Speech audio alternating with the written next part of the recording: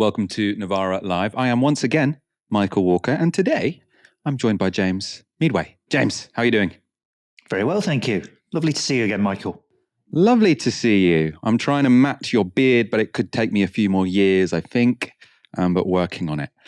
We have some big stories tonight. Later on, I'll be discussing with James Labour's policy prospectus in government. The Financial Times have been running a series on that. And we'll also talk about the Jamie Driscoll row, and we've been covering that all week. And a story we probably don't cover enough, actually, a big ground-shaking, world-changing story, the potential existence of UFOs.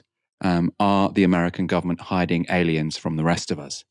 We will discuss that. We will get to the bottom of it, let's say. Just 2 years ago, the government launched an independent inquiry into its handling of the COVID-19 pandemic. The chair of the inquiry, Heather Hallett, was promised she would have access to all the materials relevant to the brief. But now the government is taking its own inquiry to court. That's to prevent it from getting hold of the unredacted WhatsApp messages, notebooks and diaries of Boris Johnson. It's not a great look for Sunak's government, and it gets worse for them. That's because Johnson himself has said he actually wants to hand over his messages and notebooks and has said he's willing to give them directly to the inquiry. He's also offered to give the inquiry his old phone, which has been switched off since April 2021 due to a security breach. That security breach was him leaving his number online. It's Sunak's government, though, that's stopping him doing so. So what is Rishi Sunak hiding? We don't know yet, but Lady Hallett, who is chairing the COVID inquiry, doesn't sound impressed. She's speaking here to the lawyer representing the government.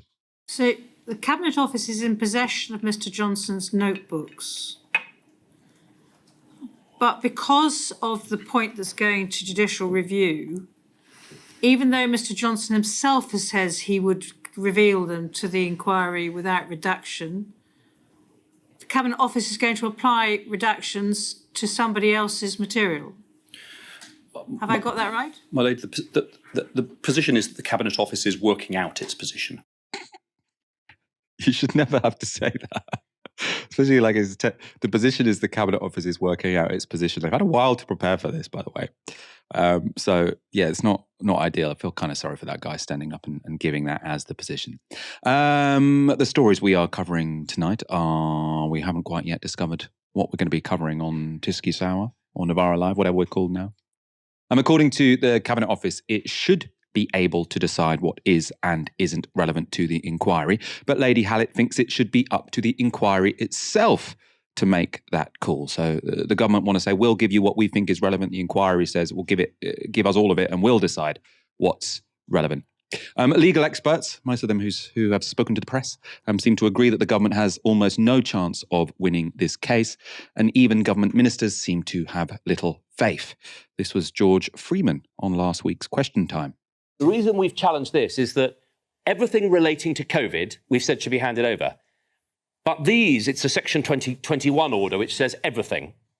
And we're just testing the case about, should that include everything, including non-COVID? Should private discussions about people's childcare arrangements, their family, their loves life, should all of this be handed over? So it's a point of law. It'll be resolved, I think, pretty quickly. There'll be a judicial review and the court will decide. But that's the reason for it. We're actively cooperating. The judge who's on the inquiry, set up by the government, who appointed this judge, is saying it's up to her to decide what's relevant. And, for example, if it shows that ministers were spending a lot of time talking about other things when perhaps they should have been spending more time talking about COVID, that is relevant to her. Yes. It's now sub judice and I can't really comment on it. But come on, George. Do you agree with the government? You agree with the government? I'm answering your question. I have to be careful, but I would tell you that I would be very surprised if a court doesn't take that view. So if even government ministers think they're going to lose the case, what's the point of pushing ahead with it in the first place? Now, that's a question Sky's Kay Burley asked Health Secretary Steve Barclay. Talk to me about the COVID inquiry. Why would the government take its own inquiry to court in a case that it's almost certainly going to lose? Well, the Cabinet Office is leading on that and wants to clarify the legal position in terms of what messages are disclosed. Obviously, there are issues in terms of people's privacy and their wider rights in terms of what message may be sent. But anything to do with the inquiry, I think there's a recognition. We hugely value the inquiry, as you say, we have set up Why take as a it to government. court, then? Well, we have set up the inquiry. We massively value Why its take it to work. court, then? Well, the Cabinet Office wants to just clarify the legal position about what is in Don't you scope. trust the chair to do that? Well, of course we trust it, but Well, it's why a take it to perfectly... court, then? The Cabinet Office wants to just clarify the legal position around the messages and what is and is not in scope. But the work of the inquiry is massively important. That's why we've set it up, and people are very much looking forward to... Of course we trust... Why take it to we court, have a then? fantastic judiciary, world-leading judiciary in like this a country, waste but it's perfectly waste of reasonable. taxpayers' money. No, I think the Cabinet Office wants to just clarify the legal scope in terms of what it is. It's an innovative area to test, and that's something the Cabinet Office wants to clarify. The clash between the government and the inquiry also came up in Prime Minister's questions today. Rishi Sunak was out of the country, so Deputy Prime Minister Oliver Dowden and Deputy Labour leader Angela Rayner were stepping in. They set up the inquiry to get to the truth, then blocked that inquiry from getting the information that it asked for, and now they're taking it to court.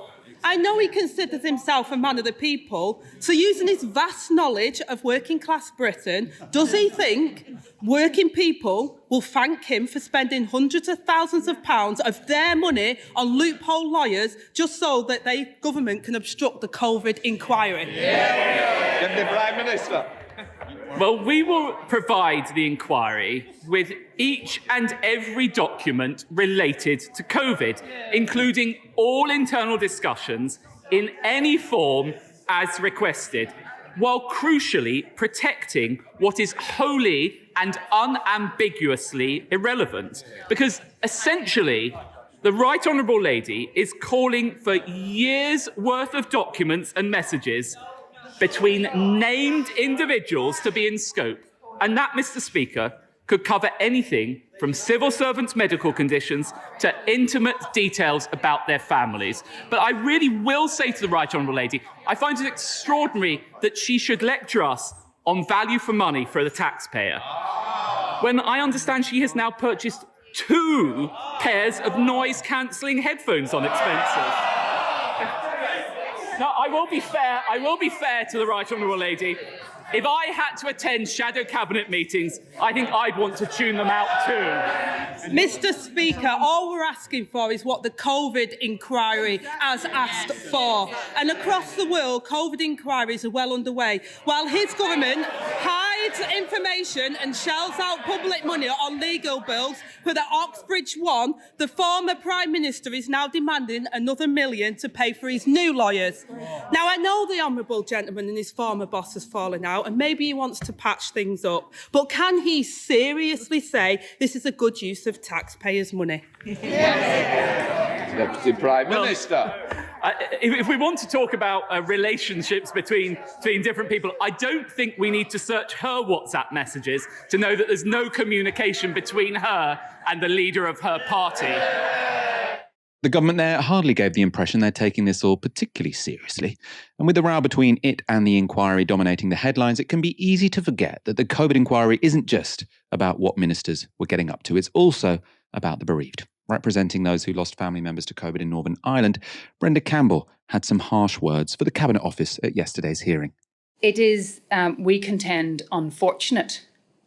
Some of those whom I represent might say offensive, that the bereaved families who look to this inquiry to provide answers see the Cabinet Office not working constructively with the inquiry in the application of your ruling and instead persisting to rally against it. The Cabinet Office argument that you are asking too much of them really does ring hollow to those whose loved ones paid the ultimate price.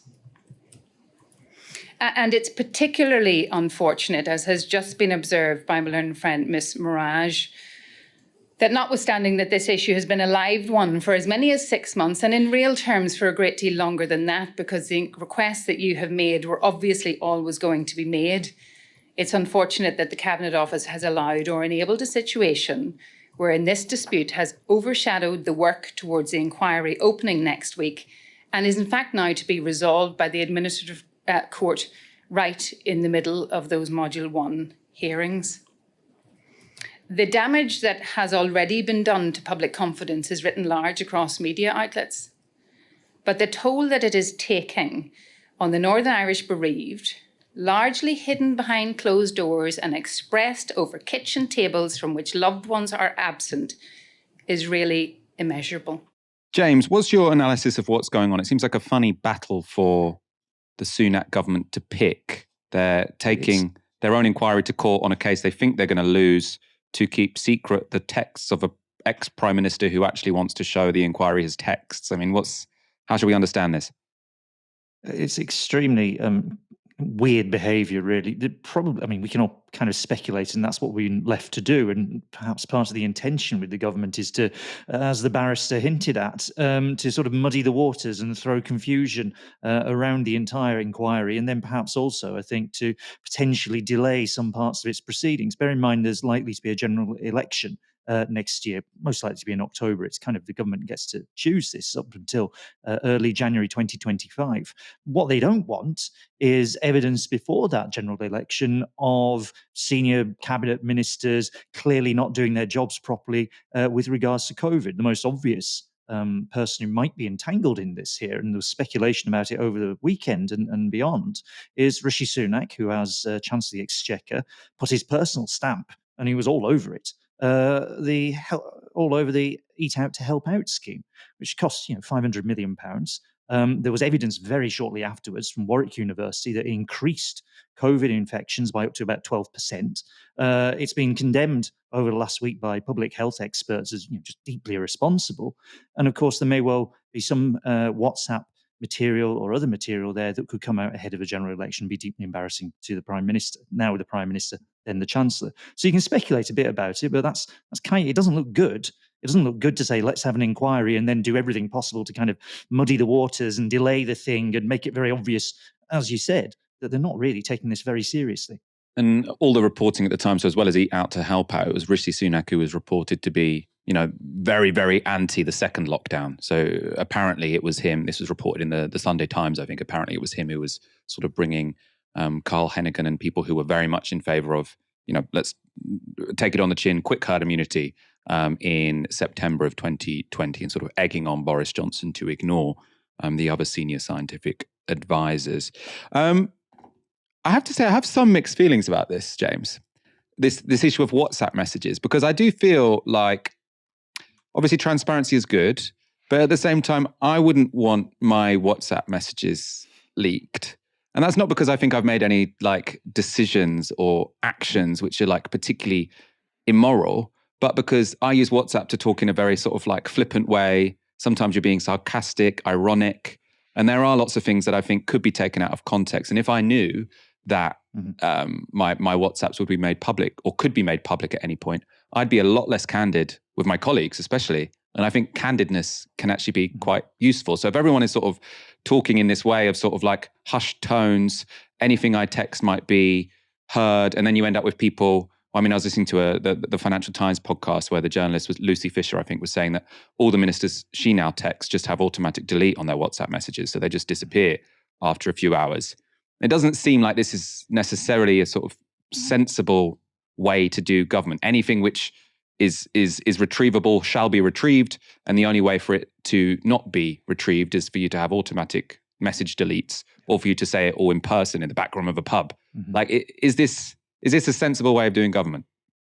Well, I mean, not especially. Look, the rules we have about how government is supposed to operate, and I think you're right, by the way. There is, when the Tories say, ministers have to be able to talk to their officials, candidly and without a fear of things being leaked, that's actually not a bad point to make. You should be able to have those sorts of discussions. The problem we've got is that those discussions, once upon a time, some conclusions from them might be minuted, officially written down somewhere. It will be placed on the record, and it wouldn't contain loads of sort of private information in the same way. That discussion taking place in WhatsApp, which is a written record, will contain private information and exactly as you say, a kind of casual backwards and forwards conversational style in it. So the rules of how government operates, how inquiries operate, haven't really caught up with how we actually use these technologies today. And I think there's a case that the government can make around this. The trouble is that if they called the independent inquiry, they have to say this inquiry is independent and we have faith in the capacity of the inquiry to determine what is necessary for its inquiry to take place. So that means it has to determine what is relevant to its own proceedings, not have the government say these things are not relevant to your proceedings, because then suddenly it's not independent. If you didn't want an independent inquiry, set up something different. But if having called the thing, you're going to have to go along with how that has to operate. And any restriction from the government saying we're deciding what goes into this, not you, the judge, the panel, that ruins the whole point of it being independent. Because, of course, everybody's going to go, well, sure, all right, maybe there's some private messages in their family life, whatever it might be. But also maybe there's a whole load of stuff that just makes X, Y, or Z cabinet minister look a bit iffy. So nobody can trust the thing once you have the government determining what the inquiry can actually look at. I'm going to be a bit controversial here, James, because I like doing that when you're on the show. There is kind of a point that Dominic Cummings made a while ago on this sort of stuff. I don't know if he's commented particularly on this issue of these WhatsApp messages, but where he's sort of saying what the political class in this country is okay at doing, and the media class and everyone, is holding people accountable in a way. Obviously, there are limits to that, and there are lots of failings to that. But sort of, you publish this, you sign this document, you make sure the T's are crossed and the I's are dotted, so you can justify what you've done. It's all about accountability, and not much of it is about results. Not much of it is about output. So we can have all of these inquiries, all of these scandals where it's about you need to publish your messages, and that takes up 80% of the time, and we spend much less time saying, well, were you actually any good at doing what you've the problems you set out to solve? Have you solved them? Now, obviously, the classic example here would be the Chinese Communist Party at one extreme. So they have what's called, or I mean, it can be argued they have what's called output legitimacy. So there's very little accountability, no transparency, but for many people, they get the job done, and therefore they have, appeal because of that. Do you think there is a sense where in a country like the UK, we talk endlessly about accountability and not enough about results? As often with Dominic Cummings, there's a solid element of truth to what he's saying there. And there is something critical about getting to a situation where, yes, we do go round and round and round. And often the discussion, look, as we're finding with this inquiry, it's not actually about the really serious bit, which is that 227,000 people have died of COVID in this country, and still counting, by the way. And we need to work out what went wrong, because this looks, lots of it looks worse than what other countries have done. So, of course, there's a need to find some really important things there to work out what happened, so you don't end up doing something like this again.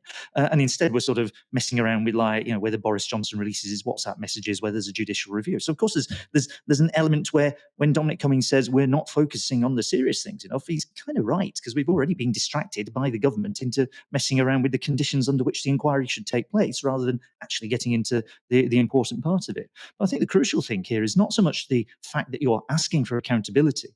And if we have, or try to have, a broadly democratic system, you have elections, you have ideally a kind of free press, you have some space that people can discuss different aspects of policy and items of controversy and this sort of thing.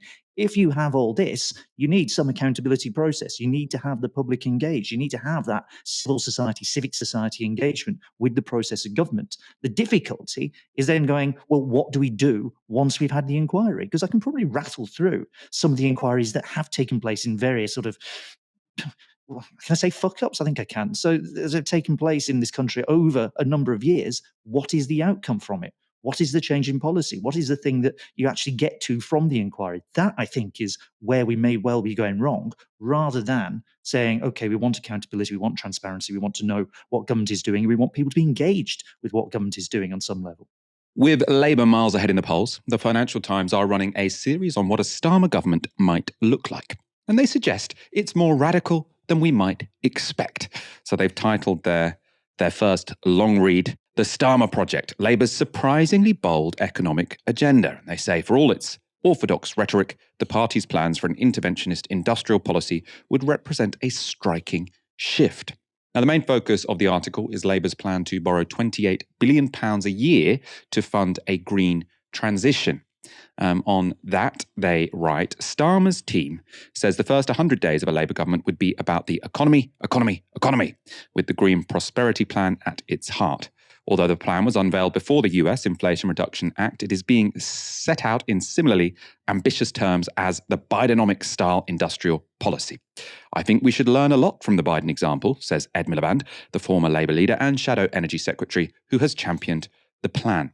In fact, the Labour plan, as currently conceived, is even more ambitious than the US IRA in relative terms. Labour's green subsidies would cost $28 billion a year against Washington's proposed $37 billion a year, even though the US has 5 times the population and 8 times the GDP, although some estimates put the cost of the IRA's incentives much higher. The plan, as it stands, is for the $28 billion to fund the launch of a new state-run company called Great British Energy, and to invest directly in renewable and nuclear projects, as well as accelerating Britain's move towards energy self-sufficiency. And they quote Rachel Reeves, who's just returned from the United States, as saying this: Biden is turning the Rust Belt into an electric vehicle belt, creating good manufacturing jobs in former industrialized heartlands and getting businesses to invest in the US. I want to see some of that action here in the UK. But the FT also warns some in Labour are getting cold feet about the plan. They write this: the plan was born in an era of 0.1% interest rates when the idea of borrowing £28 billion a year until 2030 attracted relatively little comment. Rates now stand at 4.5% and are expected to rise further. Some in Labour's team are starting to wonder whether, given the sharp rise in borrowing costs and the competing demands to spend scarce funds on public services, the plan is still affordable. One influential Labour politician says this: I'm not convinced it's the best use of that money given the deadweight costs which could be spent elsewhere, for example, hospitals or schools. And the FT also write this: another question is how capital markets will react, given the Labour plan could theoretically involve an extra £140 billion of debt over 5 years. Gilt yields spiked last autumn when the then Tory Prime Minister Liz Truss and her Chancellor Kwasi Kwarteng announced huge unfunded tax cuts. Now, faced with that threat of panic from the financial markets, Labour are hoping their commitment to a fiscal rule that debt should be falling within 5 years should reassure people on those financial markets. But one quote in the FT is ominous for anyone hoping a Labour government would guarantee radical change or prioritise big change over pleasing those financial markets. They cite a Starmer aide as saying this: if it's a choice between the Green Prosperity Plan and the fiscal rules would trump the former. We can negotiate with the climate, we can't negotiate with the financial markets. James, were you heartened or concerned by this piece in the FT?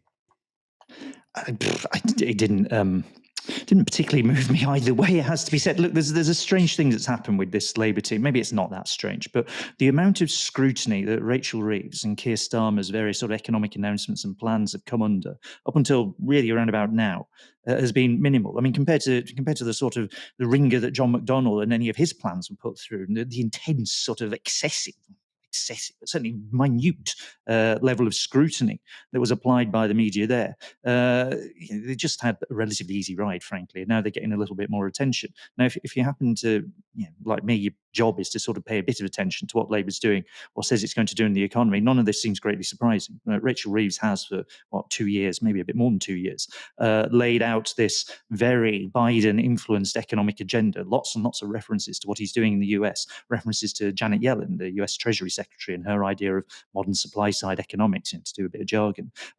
Big government investment, big industrial strategy, lots of focus on green investments and creating jobs by doing this. And she's been talking like this for some time. It's kind of good that the FT has started to lay this out and start to provide some details on it. The concerns, I think, are exactly as you start to flag. And the most obvious one is simply that, look, if Joe Biden's spending really quite a lot of money, right? More than US governments have spent domestically on things like industrial strategy and green investment for decades. Like, it's a very significant amount of money going through the Inflation Reduction Act and the CHIPS Act for semiconductor production. Labour's, on paper, there's some money there. The Financial Times figures seem a bit slightly off, but okay. But Labour's plans there are sitting there on paper. There's £28 billion that's sort of been dangling for some period of time with not very much detail on what's going to go into it. So you get this continual noises off, and you saw it there with the why don't we spend it on schools and hospitals? A line, by the way, I first saw from Peter Mandelson probably 6 months ago when he was saying, why are we spending it on this? We should spend it on these other things instead. So that's being chewed away at by all the other different spending departments. And I don't think Labour's come forward with much in the way of proposals like what the £28 billion is going to go on. There's the GB Energy is some part of it. There's a National Wealth Fund. What about the rest? They need to start detailing this so it doesn't get chewed away. The final bit is on the fiscal rules. Well, look, I can let you in a secret in these things. The way you write a fiscal rule is you work out what you want to do, and then you write a fiscal rule that allows you to do that. Now, I have to kind of hope, and we all have to kind of hope, that the Shadow Treasury team has in fact taken that process, rather than, as is being suggested here, which is that they'll make this announcement and then say, oh dear, it doesn't fit our fiscal rule and therefore we can't do it. Write a fiscal rule so that you can do what you want. Don't mess around saying, oh dear, our fiscal rule isn't going to allow us to do this, particularly as you yourself have written the fiscal rule. So there's some concerns in there, and it's around the commitment to spending in the first instance. And the second one is the kind of capacity of the British state to actually do this. After 30, 40 years of neoliberalism, do we have the capacity in the state? Do we have civil servants? Do we have civil servants with the knowledge of industry? Do we have people on hand you can go and talk to and say, this is how you're going to do this? This is where you're going to make these jobs happen? It's not necessarily there. And for that to work, Labour needs lots of support in the rest of the country. It needs to go and find people like, for instance, Jamie Driscoll, who has actually been doing some parts of this over in the northeast, and some of the other mayors doing similar things. You need to learn from that experience, bring it in, start to make it happen. That doesn't seem to be happening as yet. In fact, as we might discuss later, almost the exact opposite in the case of Jamie Driscoll. James, I want your thoughts on another Labour story out this week. This one's in Open Democracy. So this is revealed. Labour taking free staff from scandal-hit consulting firms. They say the party has welcomed PricewaterhouseCoopers back to the fold, even though Rachel Reeves called for it to be broken up.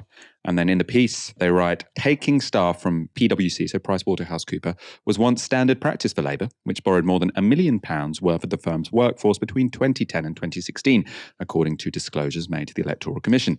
But it broke ties with PwC in 2015 after veteran Labour MP Margaret Hodge, then the chair of the Public Accounts Committee, said the company was selling tax avoidance on an industrial scale.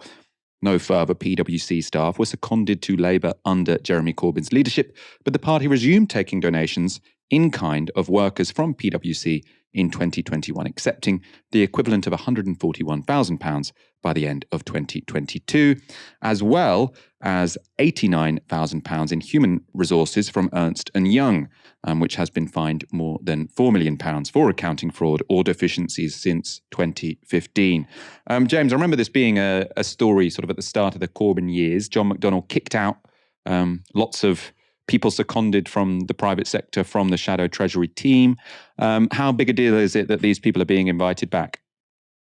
It's a sort of return to normality approach that they're taking here. It's, I mean, look, there's a quote from Andrew Fisher, who is Jeremy Corbyn's head of policy, in the Open Democracy article, basically saying, look, it's very tempting to do this. If you're the opposition, you get a certain amount of money from the government, this is called short money, to basically fund what you're doing in your office and employ some people to do policy and research and all the rest of it. But you're up against the government and the entire civil service, which is what, 400,000 people. And then it's like you in a not particularly nice office in the parliamentary estate with like 3 people there. So of course it's tempting if suddenly, PwC wanders up and says, hey, here you go, here's an intern for you to do a bit of work in this. But it's exactly as Andrew says, this isn't a one-way street. They're not doing it from the goodness of their heart. They're not doing it because they're firm believers in the cause of socialism or something like this. They're doing it because they want somebody on the inside. They want to know what this potential future government might be thinking, and they want, if possible, to have some influence over its policy-making process and lobby for things that will work to the benefit of big accountancy firms and maybe not necessarily work to the benefit of all the people that Labour is supposed to represent. So no, it's a bad thing. It's not good to do this. There would be solutions to the thing. You can go off to the trade unions. There's plenty of people in trade unions with policy-making experience and research experience. Get some of them in. That's what we did with Jeremy Corbyn. You don't have to go to PwC to do it, and you shouldn't be going to PwC to do this. One thing PwC can do if they're sort of in the room is try and influence the shape of policy. In Australia, they got into a lot of trouble because they leaked future tax plans, I think, to some of their clients, obviously to give them an advantage. So they've got in a lot of trouble for that, but there obviously is risks in having these people in the room. The farce surrounding the blocking of Jamie Driscoll from standing as North East Mayor continues. Jamie, as you'll know, if you watched our last 2 shows, is the current mayor of North of Tyne, but after he appeared at an event with Ken Loach, he was excluded from the North East Mayor long list. Shadow Trade Secretary Nick Thomas Simmons is the latest to go out to bat for the decision. The process is ongoing. I think that is the position. I don't see, there's no, that I'm aware of anyway, appeal mechanism here. I think the decision has been made, and I wish the candidates who are going forward well. What do you say when Jamie Driscoll warns that it will damage the party's reputation? Well, I don't think having a really robust and stringent due diligence process damages our reputation. In fact, the opposite. I think that the process that we are now operating under Keir Starmer, it's a different, tougher process. The opposite is producing a set of excellent candidates. I was lucky enough to be out with many of them during the local elections. They are a really talented group that will make a great contribution. Right. Do you think he's been successful in his current job? I think that as North East Tyne Mayor, we've heard about the achievements Jamie's put forward, but just holding one office in the Labour Party does not entitle you automatically to be considered. Even if you're quite good, although they think themselves to be successful. Listen, I've taken part in many selections over the years. There are always different considerations, and just because you have one person, it could be a councillor, could be a mayor, could be any other position, it doesn't automatically entitle anyone to be on the long list for something else. Well, Jamie, what do you say to that? Well, we can hear Nick tripping over his tongue there with various weasel words. The reality is there's a pattern of shutting out candidates who oppose. You know what? They want me out because I support the policies that Keir Starmer was elected on as leader of the Labour Party. And that's what it comes down to. All right. The members should decide. Good line. They want me out because I support the policies Keir Starmer himself promised in his leadership campaign, a bunch of promises he then broke. Earlier in the day, Lisa Nandy made a similar argument to Thomas Simmons. She's speaking here to Nick Robinson on Radio 4. Why is the Labour Party not prepared to let one of its own, an existing mayor, a man called Jamie Driscoll, even be on the long list for selection to be mayor in the wider region? Well, we have a process through which we decide who is able to go forward as Labour candidates onto a long list and a short list. The party has decided that certain individuals are not able to do so. But he's good enough to represent the people of North Tyne in the name of the Labour Party, but he's not good enough for Labour members to even have the chance to say whether they want him to be mayor of the entire region. Sounds like a fix, doesn't it, by the leadership? Well, I have no part in this process, and it's right that I don't. We were investigated by the Equality and Human Rights Commission under our previous leadership, and they found that one of the great problems that had developed in the Labour Party was that friends and factions of the leadership were able to influence decisions about disciplinary matters. Well, somebody is blocking him, aren't they? Well, but it's absolutely right that I and others don't get involved in decisions about who is or isn't fit to stand as a Labour candidate. What I will say to you, though, Nick, is that I make absolutely no apology for saying that we've tightened up our processes and we hold all of our candidates to the highest standards, which has not always been the case in the past. If you want to represent the Labour Party, you have to meet a certain set of standards, and that is right and proper.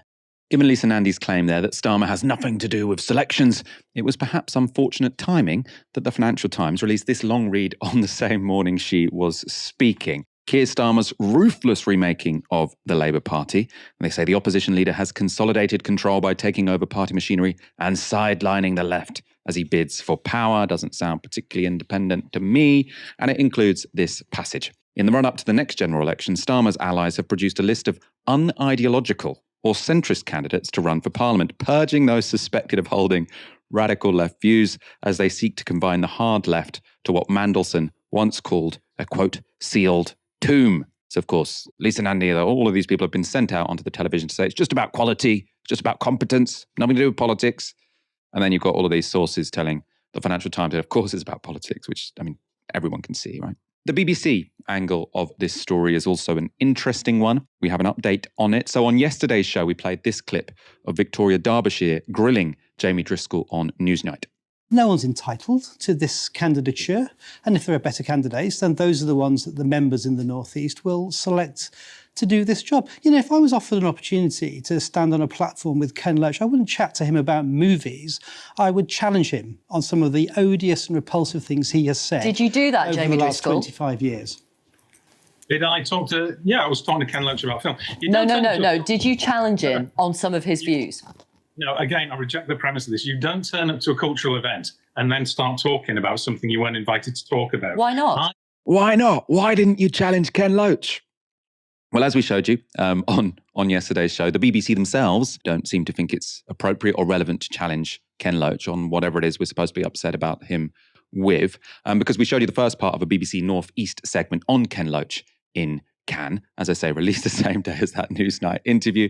And the BBC journalist didn't challenge the director. In fact, it was an incredibly positive segment from start to finish, talking about how accomplished he was and how he was putting the northeast of England on the map through his films. Well, they've now released part 2. It's all very familiar territory for Ken Loach and his filmmaking comrades, producer Rebecca O'Brien and screenwriter Paul Laverty. After all, this is the 15th film he's shown at Cannes, more than any other director in the festival's history.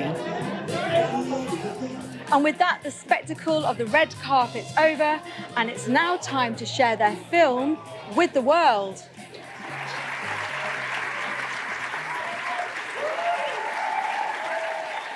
What a response. A 15-minute standing ovation from more than 2,000 people. You never know how it's going to play, and there's something quite spectacular, kind of sensing an audience in such a beautiful place. I think there were quite emotional feelings in the room. Couldn't have been better, really, to be honest. I can't believe the crowds at Cannes gave him a 15-minute standing ovation without challenging him. James, is Cannes full of a bunch of anti-Semites who should be nowhere near any kind of political party, ever? Or indeed the BBC doing a feature on Ken Loach, or I've seen him interviewed on BBC North East. The situation here is pretty farcical in terms of what the party is trying to claim and about the standards that are supposedly being set. And actually, look, I'm personally a big fan of Jamie Driscoll. I think people should be big fans of Jamie Driscoll. I think he's done a really exceptional job with the actually pretty limited resources that some of these metro mayors have, and made things happen that you'd have thought, Labour supporter, Labour MP, Labour politician would say, this is all good, and these are things that metro mayors in different parts of the country should be doing. And you can see the respect he's won from across the political spectrum. I mean, it's quite, okay, look, there's a bunch of Tories who have their own reasons for intervening in this, shall we say, but nonetheless, Nadine Zahawi, Simon Clarke, both popping up to say, this is someone that we've worked with and that we respect. This is hardly, into this world of some swivel-eyed momentum monster or whatever, sort of illusory thing that some people want to conjure up, this monster in the northeast. It's not true at all. He's a good, effective mayor that Labour Party members in the northeast should be allowed to vote for to be their candidate. And the way he's been sort of excluded from this, I think, is particularly farcical. The idea that you have a robust process that also doesn't have any right of appeal when it looks like something has gone wrong, and here it looks like something has gone wrong. This isn't a robust process. You need to have the appeals built in there. The whole thing, really stinks, exactly as you said, of something that looks horribly like a stitch-up. And of course, the Financial Times yesterday making some of this rather clear about what was going on. One other just little thing in that, the idea that you're going to be an unideological politician, I'm sorry. I mean, is there any more ideological claim than this centrist thing of saying that everybody else has an ideology, I float serenely above it, I care only about the facts? It's absolute nonsense. The idea that you can have a non-ideological politician, I'm sorry, is just almost embarrassing in terms of how somebody might try and think about politics in this way. And of course, it's an intensely ideological claim to make about the world. Tucker Carlson is back on air after suddenly leaving Fox News. The former primetime host has now launched the first episode of his new Twitter-based show. It was just 10 minutes long, but in that time, Carlson managed to take on Ukraine, what really happened with 9/11, and who killed JFK. What was the theme? As you can potentially guess, the mainstream media are there to deceive American citizens who Carlson described as, quote, the least informed in the world. And the audience loved it. Less than 24 hours after its release, the show had been viewed more than 75 million times. That is an impressive figure. There was one claim of Carlson's, though, that particularly caught our attention. In journalism, curiosity is the gravest crime. Yesterday, for example, a former Air Force officer who worked for years in military intelligence came forward as a whistleblower to reveal that the U.S. government has physical evidence of crashed non-human-made aircraft, as well as the bodies of the pilots who flew those aircraft. The Pentagon has spent decades studying these otherworldly remains in order to build more technologically advanced weapons systems. Okay, that's what the former intel officer revealed, and it was clear he was telling the truth. In other words, UFOs are actually real, and apparently so is extraterrestrial life. Now we know. In a normal country, this news would qualify as a bombshell, the story of the millennium. But in our country, it doesn't. The whistleblower's account ran on a technology website called The Debrief, which you've probably never heard of. The Washington Post had that story, but decided not to run it. The New York Times, meanwhile, just pretended it never happened. On the front page of the New York Times website this morning, there were 5 stories about Ukraine, as well as 4 stories apiece about Donald Trump, trans people, and climate change, the usual lineup. There was nothing at all about how an alien species is flying hypersonic aircraft over our cities. So he didn't qualify himself very much. There was very clear. He says it was clear the whistleblower was telling the truth. He says UFOs are actually real, and he says now we know. Now we know there are aliens using hypersonic missiles or flying in hypersonic spaceships over us. And the Americans keeping it secret. Is he correct? Do we now know? Well, let's take a look at the evidence. So this is the story Carlson is referring to. It's largely based on the testimony of a single whistleblower from within the US intelligence community. David Charles Grush was an intelligence officer for over 14 years. And he was involved in the Unidentified Anomalous Phenomena Task Force between 2019 and 2022.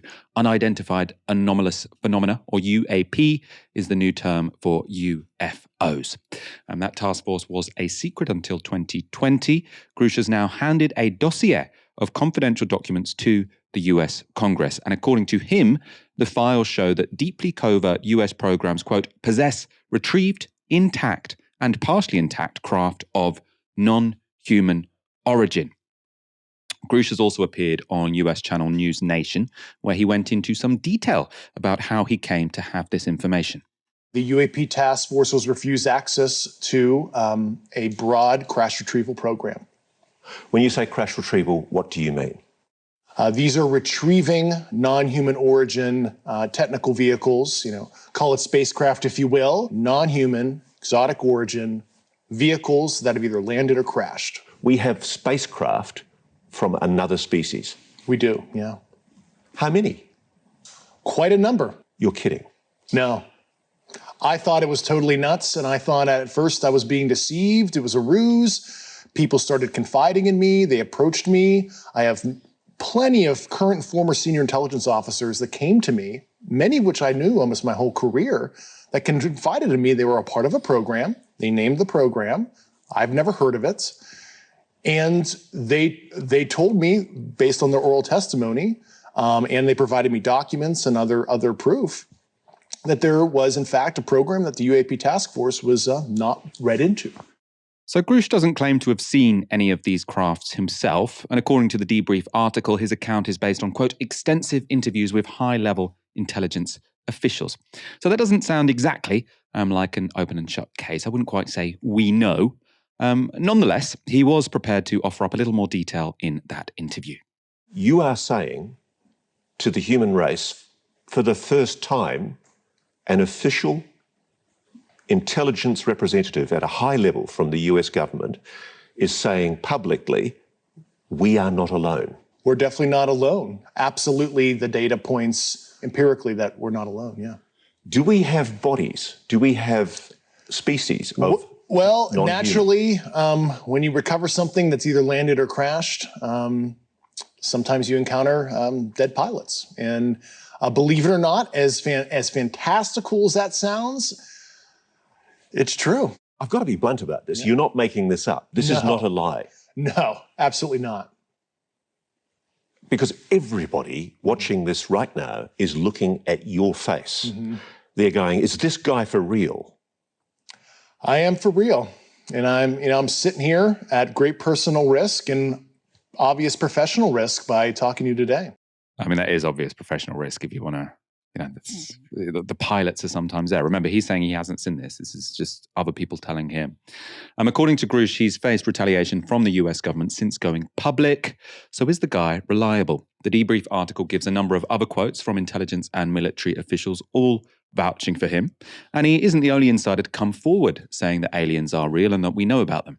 Jonathan Gray is an intelligence officer working in the National Air and Space Intelligence Center. He told the debrief this: the existence of complex historical programs involving the coordinated retrieval and study of exotic materials dating back to the early 20th century should no longer remain a secret. The majority of retrieved foreign exotic materials have a prosaic terrestrial explanation and origin, but not all. And any number higher than 0 in this category represents an undeniably significant statistical percentage. The non-human intelligence phenomenon is real. We are not alone. Retrievals of this kind are not limited to the United States. This is a global phenomenon, and yet a global solution continues to elude us.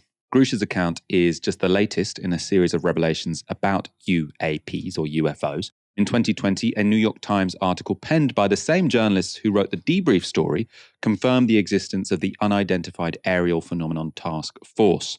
Pentagon officials still refuse to discuss the program. And before that 2020 revelation, back in 2017, the New York Times and the Washington Post revealed this footage, apparently showing encounters between Navy jets and UAPs. Dude, that is a fucking drone, bro. There's a whole fleet of them. Look on the ASA. My gosh. They're all going against the wind. The wind's 120 knots from the west. Look at that thing, dude.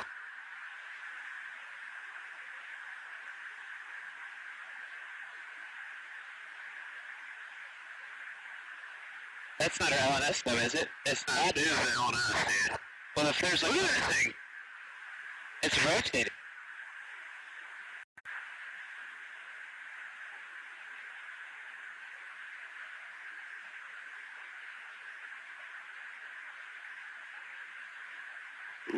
Nickel 6-1 thing of logic. Oh, got it! Woohoo! Roger. There's troubleshooting as soon as I get... Are you Fox moving target? 602. No, I took an auto track. Oh, okay. Oh my gosh, dude. Wow, look at it fly! Just last week, NASA held its first ever public meeting to discuss what information they have on UAPs. That's where they released this footage. This is an example of one that I showed at the hearing recently. This is a spherical orb, metallic, in the Middle East, 2022, by an MQ-9. I will come back to the sensor question that David raised here in a moment. This is a typical example of the thing that we see most of. We see these all over the world, and we see these in making very interesting apparent maneuvers. James, I feel like we're potentially both a little bit out of our, areas of expertise here. But what's your take? Do you buy this idea that the Americans might have found alien life crashed, which crashed into the Earth and then kept it a secret because they wanted to use the technology for weapons? I think, that's a hell of a question. I think we're both, I'm certainly quite a long way out of what I would consider my area of expertise in this, but broadly speaking, no, I don't think the US is secretly hiding evidence of crashed alien spaceships. The guy doing the whistleblower here, presumably he's sincere about what he's heard, but big organizations, particularly big secretive organizations where people actually have quite a premium and not really talking to each other and hiding what they're doing, which is what the US intelligence establishments looks like. They generate rumors, they generate people talking about stuff, and you can collate all of these things, write it all down, and suddenly you can look like you've got a story. He hasn't seen these things himself, it's all based on sort of hearsay. So that's where we are with that. I thought Phil Burton Cartledge, who writes a very good blog called All That Is Solid, had a decent take on this, which is like, well, look, whatever the sort of truth about these kind of stories bubbling up and the way they function, in practice, they tend to act as something of a distraction from a whole bunch of other things that we could be talking about, that we end up sort of saying, oh, well, there's a grand conspiracy that's secretly plotting away to make the world look different to how it is, rather than seeing the things that are right in front of our faces, like rising price of food and profiteering by food companies and some practical, obvious things that are there in our day-to-day lives that you can see and that you can see who's responsible for it. And this is what we need to go and think about. Instead, you've got this sort of frankly, it looks like a bit of a distraction. We sort of say, okay, the US is hiding alien space technology somewhere in Area 51 or wherever these places are. It just doesn't seem very likely. And I think we have to be a bit careful around some of these sort of conspiracy theory end of things. You'll be pleased to know we're probably not going to devote too many of our shows to extraterrestrial life and keep to the more terrestrial problems you speak to there. Because we don't talk about it very often, though, let's entertain this for a little while. What would the Americans do if there was alien life? Because, I mean, the fact they have these programs and they are secret, which is interesting in and of itself, right? It doesn't. The fact that there was a secret Pentagon program which they weren't going public about UFOs doesn't mean there were UFOs and they were covering it up.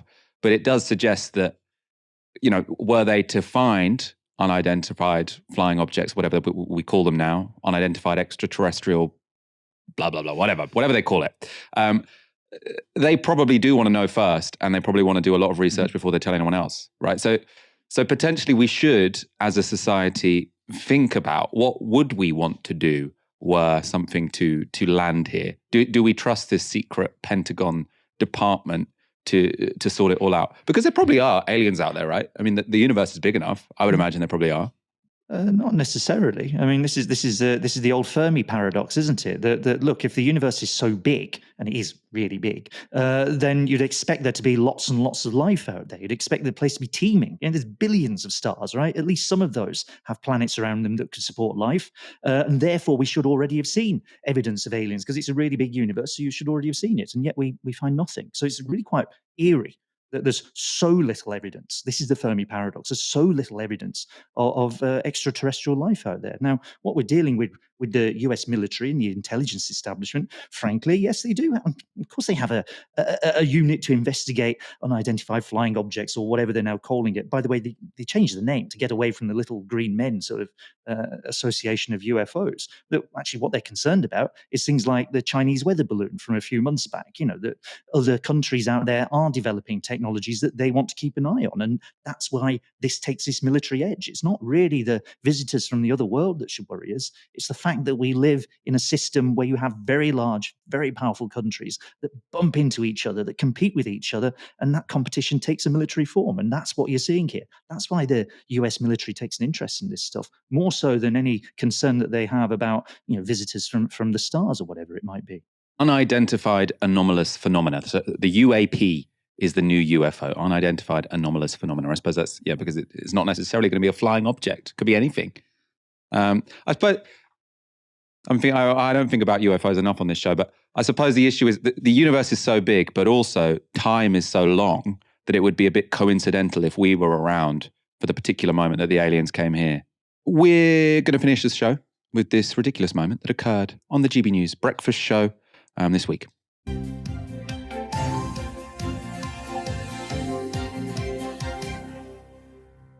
On the bitch. If only they knew. Only they knew. Pussycat me. Oh, no, how the fuck do you get home today? Oh.